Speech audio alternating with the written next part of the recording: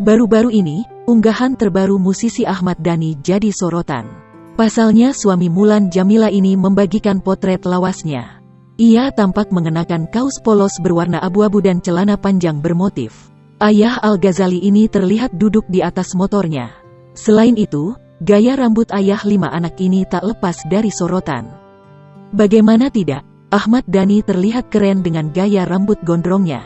Kumis tipis hiasan ilahi, tulis mantan suami Maya Estianty dikutip tribunsolo.com dari Instagramnya, Selasa, tanggal 12 Oktober tahun 2021.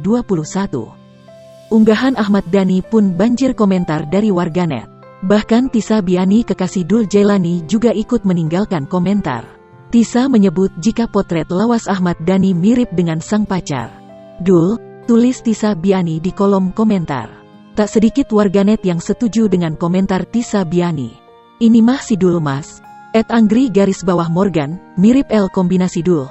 @Dian16976, aduh si Kang Dul. @CC Mulyana 026